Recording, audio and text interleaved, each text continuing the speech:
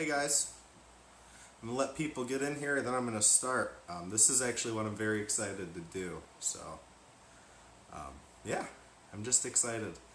I hope you guys are interested in this. This is a very cool subject for me to talk about today.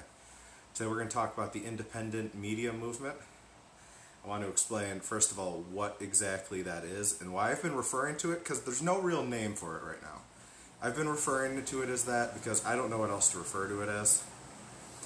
So, what is the independent media movement? What do we know about it so far? And why is it here, most importantly? So, I'm going to let a few more people get in before I kind of explain to the why. But, I think this is one of the really cool things we get to see right now. So, what is the independent media movement? Well, you guys have been kind of seeing it unfold just like I have.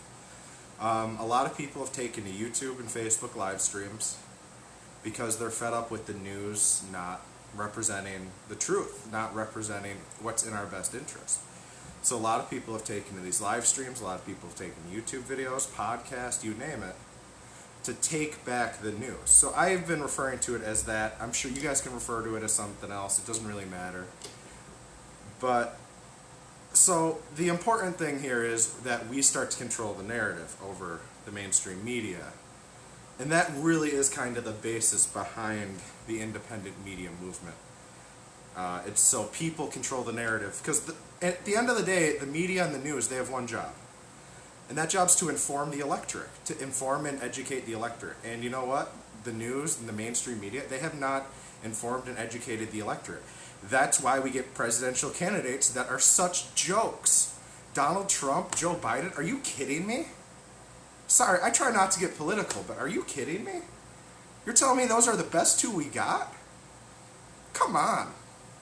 So, that's kind of what it is and why it's important is because we need people to speak up.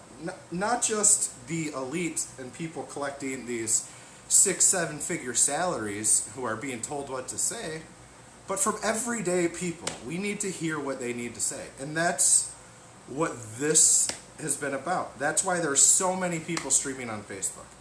Because they're sick of all the lies. They're absolutely sick of it. And a lot of people have sat around idly by for years and just let this kind of happen and let their anger fester. And it contributes to this just horrible system America has of oppressing its people. And don't get me, I love America. I love Buffalo. I'd rather live in America than a lot of other countries. But, it's up to us now to take back our media. We take back our media, we can take back our government. That is the number one thing. It's up to us to change the narratives, the negative narratives out there. Focus on the positive. You focus on the positive, things improve. Obviously, you look at the negatives as ways to improve moving forward. These are all things we really have to consider.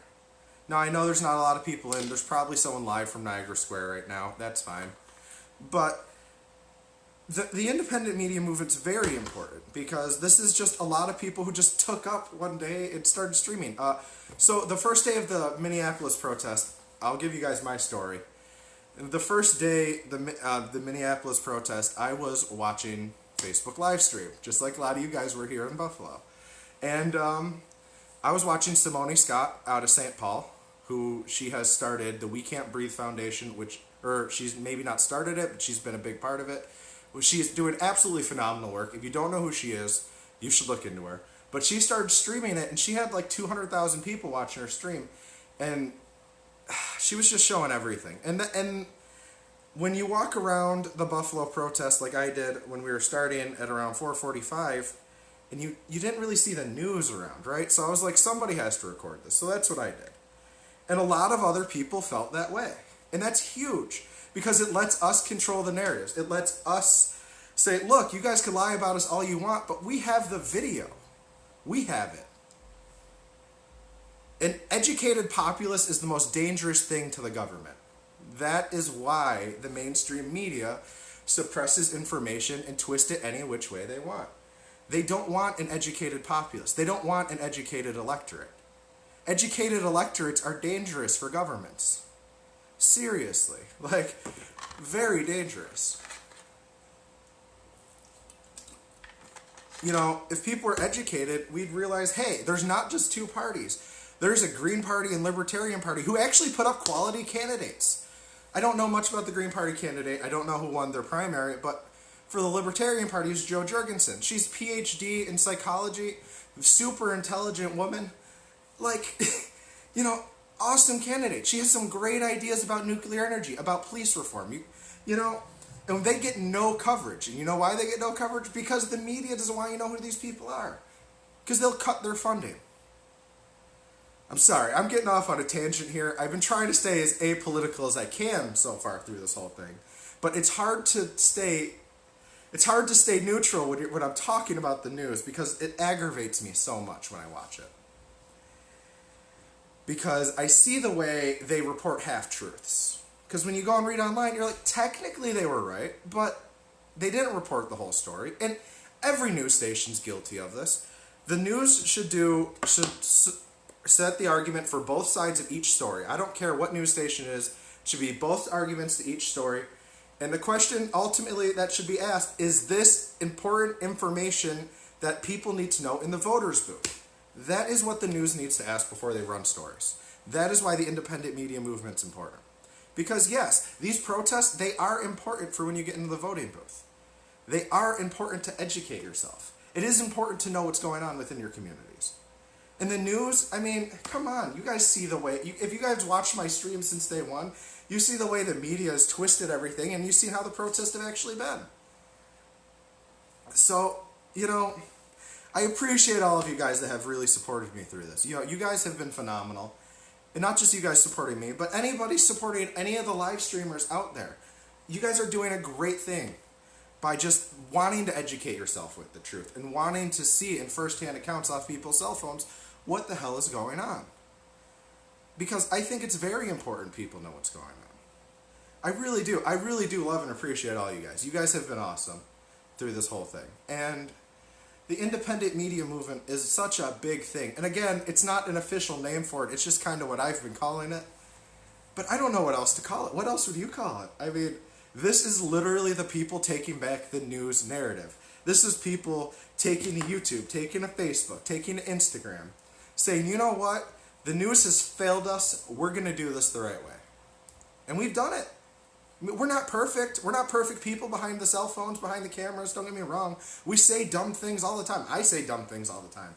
I watch my videos to edit them into clips and stuff, and I cringe half the time at some of the shit I say.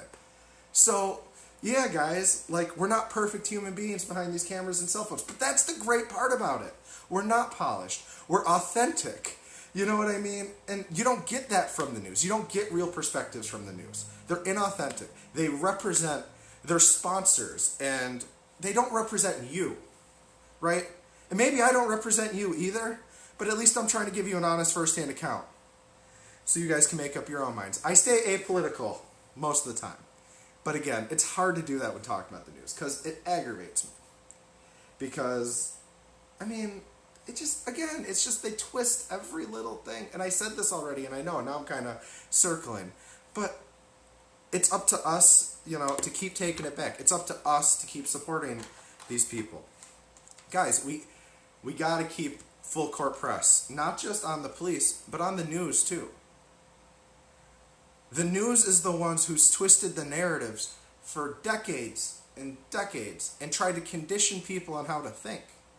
It's up to us to take that back and say, hey, look, we know what you guys have been doing. Cut the shit, or we're taking back our news stations ourselves, and we won't tune in. We'll tune into Facebook and YouTube instead. And if Facebook and YouTube take us off, we'll make our own platform, and we'll watch it on there. It's up to us to do that. The independent media movement's a huge thing. It gives us the freedom to control our country again, to control our destiny again, to where these elites aren't controlling our destiny. You know, I like conspiracies a little bit, but I don't believe a lot of them. And I know I feel like I'm going to get a lot of people thinking I'm a major conspiracy theorist. Now, I do believe in aliens, stuff like that, but like I don't find a lot of truth in a lot of conspiracies, because what I try to do is base my opinions off fact and not feelings. And I know a lot of people kind of base their opinions off emotions. and that's all fine and good. You can do either one you want. I try to be as authentic as I can with you guys, and I know a lot of these other live streamers can't. Just remember, we're not perfect human beings, guys. I'm going to have slip-ups. I've had slip-ups already. Other people have had slip-ups on camera. Just know you guys are doing a great thing just by tuning in and educating yourself and seeing all of this. I love you guys. I appreciate you guys. Any topics for next week that you guys want to see covered, comment below. You can shoot me a message. If you want to be on a live stream or a video, I would love if you guys would come on sometime. Thank you guys. I see your comments coming in. It's hard to address them while I'm talking, but thank you guys. I'm gonna log off here. I got a little bit of time before 2.5 Men, but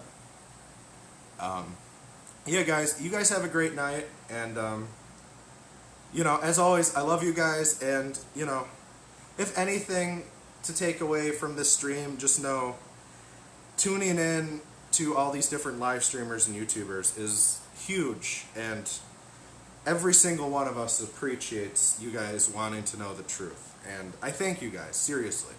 You guys have a great night.